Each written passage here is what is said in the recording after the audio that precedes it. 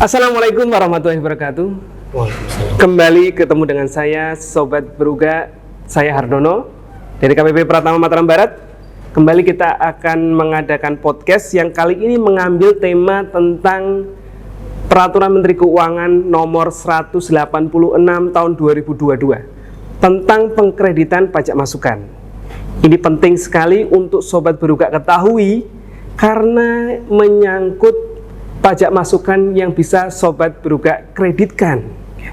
Apa saja perubahannya, apa saja yang diatur tentang PMK 186 ini, telah hadir di hadapan kita narasumber yang cukup populer di kalangan Sobat Beruga, yaitu Mas Saifullah Farid.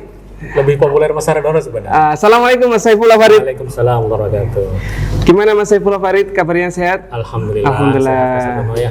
Nah, Mas Saifullah Farid, Ya. tentang hal-hal yang diatur tentang PMK 186 tahun 2022 ini apa, Mas Saifullah? Baik. Ya Mas Hardono, Peraturan Menteri Keuangan nomor 186 tahun 2022 ini itu tentang pedoman pengkreditan pajak masukan ya bagi pengusaha kena pajak yang melakukan penyerahan yang terutang pajak atau terutang PPN dan penyerahan yang tidak terutang pajak atau tidak terutang PPN, seperti itu Mas Hardono ya. Jadi sudah bisa kita bayangkan. Jadi apabila ada wajib pajak yang sudah dikukuhkan sebagai pengusaha kena pajak, kemudian dia punya usaha gitu ya, usaha yang sebagiannya terutang PPN, kemudian sebagiannya tidak terutang PPN. Nah, kalau seperti itu, bagaimana cara pengkreditan pajak masukannya? Nah, itu diatur di PMK ini, Mas Hardono. Sebenarnya kalau misalnya wajib pajak melakukan penyerahan terutang pajak, kemudian pajak masukannya juga bisa dikreditkan, nggak menjadi masalah ya? Iya, seperti itu. Nah, sekarang ini perlu diatur ya sebenarnya. Iya. Perlu diatur karena ada pajak masukan yang tidak bisa dikreditkan. Iya, seperti itu Mas Hardono. Kemudian ada juga penyerahan yang tidak terutang, ya kan? Iya. Pajak masukannya gimana gitu kan? Iya. Nah, jadi ini lebih jelas nanti dengan aturan ini ya? Iya. Jadi sebelum kita bahas lebih lanjut mungkin ya, perlu saya jelaskan sedikit tentang apa aja sih hal yang diatur di Peraturan Menteri Keuangan ini, seperti Mas Hardono ya. Jadi yang pertama adalah di PMK ini diatur mengenai pengelolaan penyerahan ya. Jadi pengelolaan penyerahan itu ada dua. Yang pertama adalah penyerahan yang terutang pajak dan penyerahan yang tidak terutang pajak, seperti itu ya. Jadi penyerahan yang terutang pajak itu ada dibagi dua lagi. Jadi pajak masukannya yang berkaitan dengan penyerahannya dapat dikreditkan ya, dan pajak masukan yang berkaitan dengan penyerahannya tidak dapat dikreditkan, seperti itu Mas Hardono. Kemudian yang tadi yang kedua adalah penyerahan yang tidak terutang pajak, seperti itu. Kemudian di PMK ini juga diatur mengenai langkah-langkah bagaimana cara menghitung pajak masukan yang bisa dikreditkan, seperti itu. Kemudian satu lagi adalah terkait kertas kerja perhitungan, di mana di PMK sebelumnya itu tidak diatur, tapi di PMK ini kertas kerja perhitungan pajak masukan yang dapat dikreditkan itu diatur. Jadi PMK ini bisa dibilang sebelumnya adalah penyempurnaan dari PMK 78 tahun 2010 sebagaimana diubah terakhir dengan PMK 135 tahun 2014. Seperti itu Mas Hardono ya. Artinya wajib pajak diberikan kesempatan untuk menjelaskan melalui kertas kerja itu ya Mas Saiful? Iya, seperti itu Mas Hardono. Mas Saiful, sebelum ke arah sana mungkin kita pengen tahu nih definisi dari yang mungkin terkait penyerahan tadi itu ya. Penyerahan itu seperti apa sih Mas Saiful? Iya, jadi di sini mungkin bisa dibagi tiga ya. Yang pertama adalah penyerahan yang terutang pajak dan pajak masukannya yang berkaitan dengan penyerahannya dapat dikreditkan. Artinya penyerahan yang normal lah ya, penyerahan yang terutang PPN dan pajak masukannya dapat dikreditkan.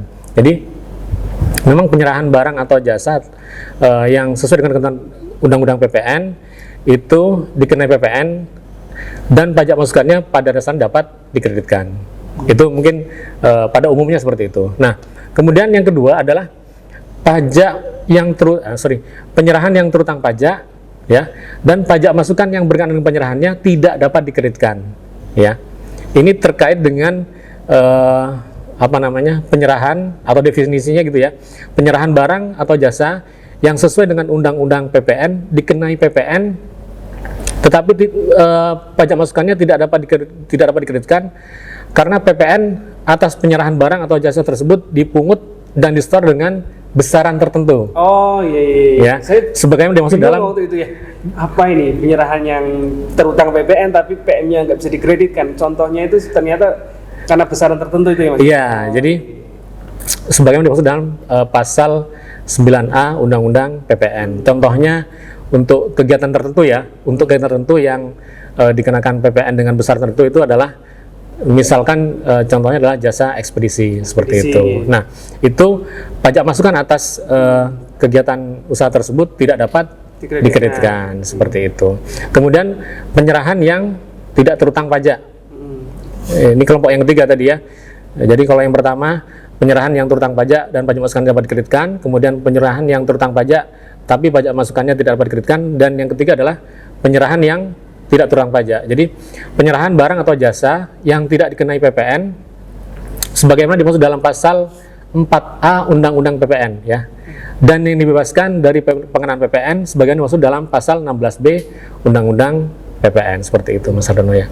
Jadi ini termasuk juga bukan termasuk juga dalam artian sesuai dengan Undang-Undang PPN penyerahan yang PPN-nya tidak dipungut kemudian tidak dibebaskan, dan penyerahan yang memang tidak ada PPN-nya itu tercakup di definisi sebagai penyerahan yang tidak terutang pajak seperti itu Mas Hardono ya. Kemudian pedoman pengkreditan pajak masukannya itu seperti apa sih Mas? Ya, ini sudah kita masuk ke teknis ya. Bagaimana cara mengkreditkan pajak masukan jika wajib pajak punya beberapa kegiatan tertentu atau sebagian kegiatannya itu ada yang terutang dan ada yang tidak terutang, atau ada yang terutang tapi penyerahannya tidak dapat dikreditkan. Nah, yang pertama adalah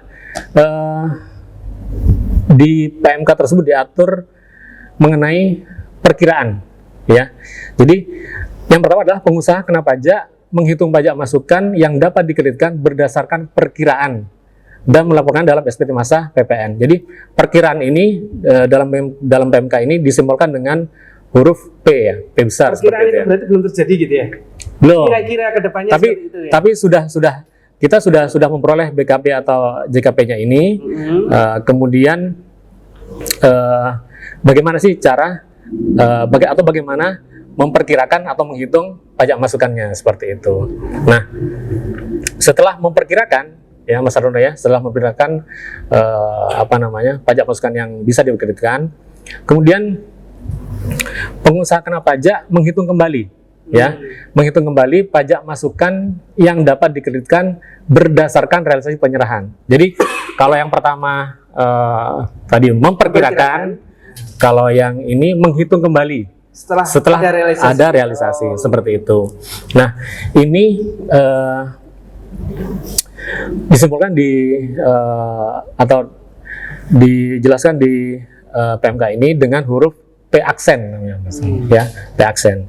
Nah, setelah memperkirakan, kemudian menghitung kembali setelah ada realisasi, yang ketiga adalah pengusaha kena pajak melakukan penyesuaian jumlah pajak masukan yang telah dikreditkan berdasarkan hasil penghitungan kembali. Artinya selisih tadi itu ya. Jadi ada perkiraan, kemudian menghitung kembali setelah realisasi, kemudian penyesuaiannya. Artinya selisih tadi dilaporkan di SPT masa. Nanti ada ketentuannya sih di PMK ini, Mas Hardono ya. Artinya nanti yang benar-benar menjadi pajak masukan itu sesuai dengan peruntukannya, sesuai dengan ketentuannya ya. Iya, seperti itu Mas Hardono ya. Kalau memang terutang pajak keluarannya, maka pajak masukannya juga akan sesuai dengan pajak keluarannya itu ya. Ya. Nah, seperti itu ya. Ya. Jadi kalau boleh saya ringkas barusan ya. Jadi yang pertama adalah perkiraan ya, memperkirakan berapa pajak masukan yang kira-kira dapat dikreditkan, kemudian menghitung kembali berapa pajak masukan berdasarkan realisasi, kemudian melakukan penyesuaian jumlah pajak masukan yang telah dikreditkan berdasarkan hasil perhitungan kembali selisihnya tadi. Terus Mas Saifullah, terkait dengan saya kepingin tahu ini Mas Saifullah, Ya, silakan. tentang katanya diatur tentang masa manfaat. Iya. Yang kita tahu juga masa manfaat itu ada di penyusutan ya. Nah, Iya. itu sama atau enggak nih penyusutan di PMK 186 dengan penyusutan atau masa manfaat di penyusutan ini? Gimana Mas Saifullah? Ya, jadi untuk keperluan penghitungan kembali pajak pasukan ini, Mas Hardono juga diatur mengenai masa manfaat BKP atau JKP-nya, seperti itu ya. Tapi maksudnya gini, yang dimaksud dengan masa manfaat di sini adalah bukan masa manfaat seperti diatur mengenai tentang penyusutan ya, seperti itu ya, bukan masa manfaat yang diatur di peraturan tentang penyusutan, seperti itu ya. Nah, penghitungan kembali pajak masukan yang telah dikreditkan ya berdasarkan realisasi penyerahan dilakukan selama masa manfaat BKP atau JKP yang ditentukan berdasarkan peraturan Menteri Keuangan ini, seperti itu Mas Hardono ya. Nah, di sini masa manfaat untuk keperluan penghitungan kembali pajak masukan ini itu ada 3 masa manfaat ya. Yang pertama adalah 1 tahun, kemudian 4 tahun, dan yang ketiga adalah 10 tahun, seperti itu ya Mas Hardono ya. Nah, untuk yang 1 tahun ini adalah untuk BKP dan JKP yang masa manfaatnya tidak lebih dari 1 tahun.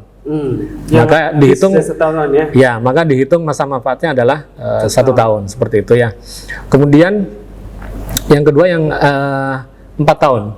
Jadi untuk BKP selain tanah dan atau bangunan ya. Jadi untuk BKP selain tanah atau bangunan dan JKP yang masa manfaatnya lebih dari 1 tahun itu untuk keperluan perhitungan kembali pajak masukannya masa manfaatnya adalah 4 tahun, seperti itu ya. Kemudian untuk BKP berupa tanah dan atau bangunan itu masa manfaat BKP atau JKP-nya adalah 10 tahun untuk penghitungan kembali pajak masukannya, seperti itu. Iya, paham saya. Jadi mungkin sedikit saya simpulkan 1 tahun, 4 tahun, dan 10 tahun. 10 tahun hanya tanah dan bangunan, 4 tahun yang lebih dari 1 tahun ya. Kemudian 1 tahun untuk yang kurang dari 1 tahun ya. Misalnya pakai perlengkapan, kertas. Ya, seperti itu Mas Hardono ya. Mungkin step-step untuk menentukan perkiraannya itu seperti apa sih Mas? Kita pengen tahu nih. Ini sudah masuk ke cara perhitungannya ya, seperti itu Mas Hardono ya. Jadi di sini seperti yang saya jelaskan tadi itu ada 3 langkah ya. Yang pertama adalah menghitung perkiraan, kemudian menghitung sesuai dengan realisasi, kemudian menyesuaikan. Seperti itu ya. Jadi kita mulai dari step pertama ya Mas Hardono ya. Yang pertama adalah pengusaha kena pajak itu menghitung pajak masukan yang dapat dikreditkan berdasarkan perkiraan ya. Tadi seperti yang saya jelaskan, simbolnya adalah huruf P ya, perkiraan pajak masukan, seperti itu ya Mas Hardono ya. Perkiraan. Ya, seperti itu. Nah, jadi P sama dengan PM kali Z kalau di peraturan Menteri Keuangannya, seperti itu. Z itu adalah persentase. Persentase. Ya, perkiraan persentase tadi ya. Jadi P atau menghitung perkiraan itu adalah dengan cara mengalihkan pajak masukan yang diperoleh dikali dengan persentase yang sebanding ya. Perkiraan penyerahan yang terutang pajak dan pajak masukannya atas penyerahannya itu dapat dikreditkan terhadap penyerahan keseluruhan, seperti itu. Jadi terhadap perkiraan penyerahan keseluruhan. Jadi persentase perkiraan penyerahan ya yang pajak masukan dapat dikreditkan dengan keseluruhan penyerahan secara keseluruhan, seperti itu. Itu yang disebutkan dengan Z, seperti itu. Bisa dibandingkan dengan tahun lalu kali ya. Antara lalu penyerahan itu sejumlah persentase sekian, bisa dipakai perkiraan itu bisa kira-kira. Nah, itu apa namanya? Ya tergantung kondisi wajib pajak ya, bagaimana cara memperkiraannya, seperti itu ya. Apa namanya? Kan nantinya bisa disesuaikan, seperti itu Mas Hardono ya. Nah, itu langkah pertama ya. Jadi menghitung pajak masukan yang dapat dikreditkan berdasarkan perkiraan. Nah, pajak masukan yang dikreditkan berdasarkan perkiraan ini dilaporkan di SPT Masa PPN ya. Di SPT Masa PPN di lampiran AB seperti itu Mas Hardono ya. Yang di itu ya, yang PP masukannya dapat diberikan. Iya, seperti itu. Kemudian setelah memperkirakan seperti itu ya, langkah kedua adalah PKP melakukan penghitungan kembali pajak masukan yang dapat dikreditkan berdasarkan realisasi. Ya, jadi setelah pajak masukan berdasarkan perkiraan itu dilaporkan, kan seperti itu, wajib pajak akan menghitung kembali berdasarkan realisasi, ya kan? Artinya di tahun-tahun pajak di mana telah ada realisasi seperti itu Mas Hardono ya. Nah, seperti yang dijelaskan sebelumnya, simbolnya adalah P aksen seperti itu ya. Jadi P aksen itu penghitungan kembali ya. Kalau yang sebelumnya perkiraan, kalau yang ini adalah penghitungan kembali pajak masukan yang dikreditkan berdasarkan realisasi. Jadi caranya adalah pajak masukan yang telah dikreditkan, pajak masukan yang telah dikreditkan berdasarkan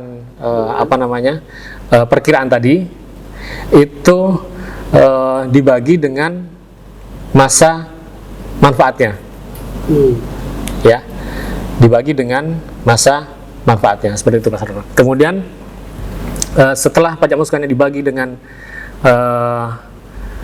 masa manfaatnya itu dikali dengan persentase yang sebanding dengan realisasi penyerahan yang terutang pajak dan pajak masukan yang berkenaan dengan penyerahannya dapat dikreditkan dengan realisasi penyerahan keseluruhan. Ya. Itu ada di contoh PMK-nya itu Mas ya? Ada contohnya di situ? Nanti ada contohnya seperti itu. Jadi step kedua ini wajib pajak PKP atau pengusaha kena pajak itu menghitung kembali pajak masukan yang dapat dikreditkan berdasarkan realisasi. Seperti yang dijelaskan tadi, rumusnya adalah P aksen sama dengan pajak masukan yang telah